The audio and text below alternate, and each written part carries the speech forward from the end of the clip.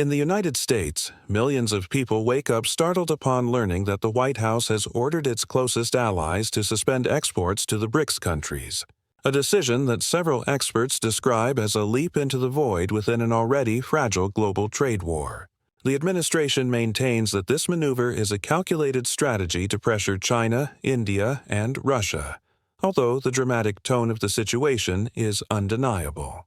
However, specialists warn that American families will be the first to feel the impact, facing price increases and an increasingly weak labor market. Opening this debate makes it clear that there is a direct confrontation between political promises and daily reality, where U.S. tariffs cease to be a distant diplomatic issue and become a burden that directly affects the pocket of every consumer in the country. According to data gathered in financial reports, more than 70% of the cost of these taxes falls on American consumers, a detail that dismantles the official narrative that tariffs mainly punish China. For example, if a product's price rises by $10, 7 of those dollars are paid by an ordinary citizen, while only a small portion affects foreign exporters. This situation has sparked intense political debate in Washington, where some critics argue that these measures do not protect the economy but actually function as a covert bailout for the U.S. private sector. The controversy intensifies when analyzing the effect on local small businesses, many of which, according to the U.S. Chamber of Commerce, could lose up to $200 billion because of these tariffs. For the average citizen, this means business closures, job losses, and the feeling that promises to strengthen the national economy are nothing more than a mirage. The situation becomes even more complicated because the Trump administration has pressured the European Union to join this strategy and impose 100% tariffs against China and India. This measure, according to European experts, could sink entire industries in countries like Germany, France, and Italy. Meanwhile, Germany is already facing a 3% drop in its gross domestic product during the second quarter of 2025, and specialists warn that the year-end numbers could be even more worrisome, as exports are affected by 20% tariffs in the U.S. market and by high energy costs after committing to purchase $750 billion in expensive energy from the United States. Europe's room for maneuver is extremely limited. In this scenario, the United States seems determined to drag Europe into a high-risk geopolitical board, where the consequences for the global economy could be irreversible. The logic behind this move is clear.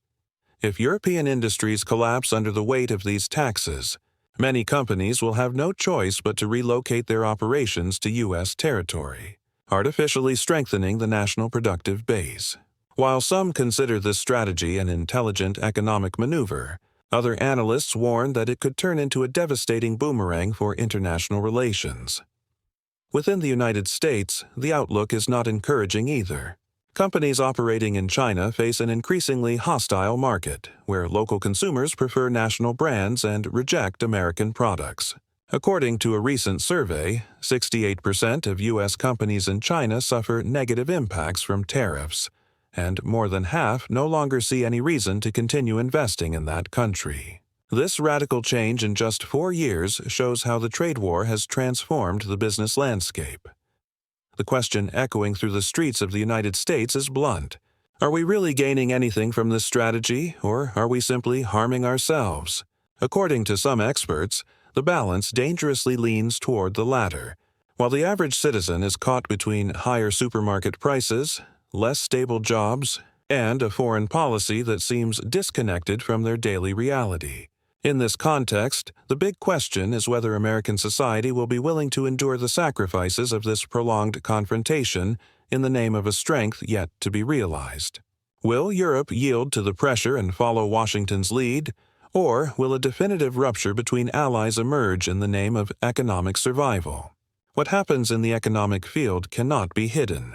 The pressure from U.S. tariffs is destroying the balance of a market already weakened after years of global tensions. The figures speak for themselves. More than 30% of U.S. companies report that their production costs have increased drastically, finding themselves in what they describe as a deadly squeeze between rising expenses and the difficulty of passing those costs on to consumers. If you want to understand more about how this situation affects your wallet and what might come, don't forget to subscribe and stay tuned to our channel. Only about 13 to 15% of companies have decided to raise their prices due to fear of losing even more customers, revealing that this strategy is placing small and medium-sized companies in an extremely delicate situation. According to the report prepared by the Chamber of Commerce, this circumstance implies a significant loss of competitiveness that could trigger the partial collapse of entire sectors in the United States. Meanwhile, globally, China continues to expand its trade surplus with the European Union. In the first 5 months of 2025, it exceeded $120 billion, with forecasts indicating it could close the year near $300 billion. These data reveal an uncomfortable reality. Global trade is moving in the opposite direction of what Washington promotes. Europe imports machinery, chemicals, and electronic components at low prices from China, vital inputs for its industry. If the continent agrees to impose 100% tariffs as the United States demands, its own factories would face immediate collapse. From the perspective of some analysts, the White House makes a cold but rational calculation. If Europe weakens, companies that close or lose competitiveness will have to relocate to U.S. soil, thus attracting investment and jobs. However, critics argue that this view overlooks the long-term consequences for international relations and the stability of the global economy, which depends on smooth trade between blocs. On the domestic front, the situation becomes even more complicated with a silent boycott spreading in emerging countries. The phenomenon of national preference is gaining ground, and consumers in China, India, and Brazil are increasingly opting for local products instead of American brands, gradually weakening the presence of U.S. companies in key markets. The case of Luckin Coffee, which has surpassed Starbucks in the Chinese market, exemplifies how a national brand can displace an international giant in just months, thanks to political support and tariffs.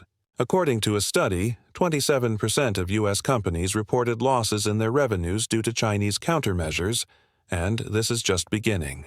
Furthermore, tensions are not limited to the Asian continent but also affect Canada, one of the United States' most important partners. Between June and August, 3 million fewer Canadians crossed the border, representing a 33% drop in tourism and a multi-million-dollar loss for restaurants, hotels, shops, and the automotive industry in border states. Although this data may seem minor compared to the large figures of international trade, it shows how the repercussions of economic policy are felt even in the smallest family businesses. The big question is how Western societies will respond to a sacrifice that seems to favor only certain strategic sectors. While the U.S. administration claims this strategy will strengthen the dollar's position against the euro and give the national economy a breather, reality presents a much more uncertain panorama. Some experts suggest that by weakening the euro through falling exports, Washington is trying to consolidate the dollar's role as the world's reference currency. But to what extent can a plan that seeks to provoke recession among its own allies be sustained? And above all, how can citizens be explained that the prices of basic goods are soaring in the name of a trade dispute whose outcome remains uncertain? Time will reveal the answer, but week after week the impact becomes more tangible in the pockets of Americans. Tension rises, and what seemed a simple tariff dispute has turned into a war of nerves affecting all sectors of society in the United States. On the streets, the perception is clear. Consumers feel they are bearing the weight of this economic policy, because while there is talk of punishing China and emerging countries, prices in supermarkets, gasoline, and daily consumer products have skyrocketed. According to reports from banks like Goldman Sachs, 70% of the cost of tariffs falls directly on American consumers, a reality that contradicts the official narrative that these measures are a direct blow to foreign rivals. Thus, the strategy of U.S. tariffs is perceived more as an internal burden than an effective weapon on the international stage. In this context, experts warn that the U.S. economy could face a consumption collapse if families continue to be pressured with constant price increases. Importers and small businesses absorb another 15% of the costs, reducing their room for maneuver and delaying investments. While large corporations still have resources to resist, small businesses, cafes, retail stores, and local workshops face a scenario where staying open becomes increasingly unsustainable. Some experts have described this situation as a slow hemorrhage gradually undermining the competitive capacity of the national economy. On the global level, pressure on the European Union has intensified considerably. Washington insists that Brussels adopt a 100% tariff package against China and India, arguing that punishing the main buyers of Russian oil amounts to direct pressure on Moscow.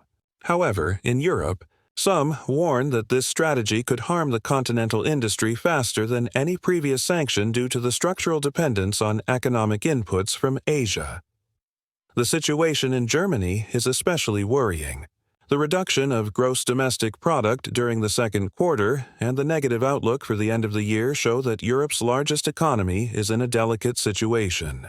The 20% U.S. tariffs on German car and auto parts exports are already severely affecting a fundamental sector, and the inability to reduce wages or lower energy costs, given the commitment of $750 billion in energy imports from the United States, limits available options. In this context, some analysts suggest that Washington is using Europe as a sacrificial piece on the global trade geopolitical board, seeking to attract European industries to North American territory. This perspective has sparked intense debate within the European Union itself, where the tension between remaining aligned with the United States or prioritizing internal economic survival grows increasingly complex. Meanwhile, in Asia, competition with local companies intensifies. In China, U.S. brands are losing ground to competitors offering more affordable prices and supported by a consumer that, according to studies, has adopted an increasingly nationalist stance in their purchasing decisions. This phenomenon not only puts emblematic companies like Starbucks at risk, but also threatens entire U.S. export sectors in strategic markets. It is not just a trade dispute, but a profound cultural shift that could extend to other emerging countries. In India, for example, campaigns promoting domestic products over foreign brands are already being observed, indicating that resistance comes not only from governments but is also reflected in the preferences of millions of consumers. All of this raises a worrying question. Can the United States sustain a trade war on multiple fronts without weakening itself? According to some analysts, the answer will depend on how long American families can endure this situation before demanding a change in direction. Currently, the reality for those of us living in the United States is unavoidable. The promise that the trade war would strengthen the country seems increasingly distant, while the effects on daily life are becoming impossible to ignore. Tourism from Canada has fallen by 33% in just 3 months, meaning that millions of trips and billions of dollars have disappeared from sectors as diverse as restaurants, local stores, and transportation services.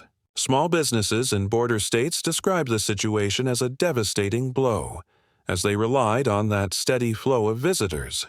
At the same time, the pressure for American companies to leave China has created unprecedented uncertainty. Only 41% of U.S. companies established in the Chinese market are optimistic about the next 5 years, a startling drop compared to 2021, when most were confident in sustained growth. This reflects how the political climate and instability in economic policies have drastically reduced expansion expectations. Meanwhile, local brands like Luckin Coffee are quickly displacing giants like Starbucks, and Chinese consumers are adopting a critical stance toward foreign firms. The boomerang effect of tariffs extends beyond China, reaching India as well, where local consumption campaigns are advancing strongly. In Latin America, observers warn that a similar phenomenon to the silent boycott that already affected U.S. products in the Middle East could repeat. At home, the general feeling is that it all comes down to a vicious circle. Prices rise. The economy contracts, companies cut investments, and employment suffers. If you found this analysis interesting, don't forget to subscribe to the channel and activate notifications so you don't miss any content. According to the Chamber of Commerce, small businesses could face losses exceeding $200 billion due to tariffs, highlighting that sacrifices are not distributed fairly. Some analysts argue that what we are seeing is not a genuine defense of national employment, but rather a transfer of costs to consumers and small businesses, while seeking to project a political image of firmness in the face of emerging powers. The question that remains is whether this strategy will really manage to stop countries like China, India, or Russia, or if, on the contrary, it will strengthen their alliance and accelerate the formation of an even stronger economic bloc. The global scenario is becoming more complicated, especially because Europe, caught between pressure from Washington and its own energy and industrial crisis, could be forced to make decisions that put its future at risk. Meanwhile, here in the United States, the question that resonates in every daily conversation, in offices and small businesses is, how much longer can ordinary citizens endure? The costs of a confrontation that seems designed to benefit a few are becoming increasingly evident. The answer is still unclear, but what is perceived is that this moment marks a before and after, not only in global trade but also in the trust Americans have in the decisions of their leaders. And now, the big question I want to leave open for all of you is, do you think this strategy of tariffs and sanctions can really protect the future of the economy? Or are we heading down a point of no return that could further deepen internal fragility?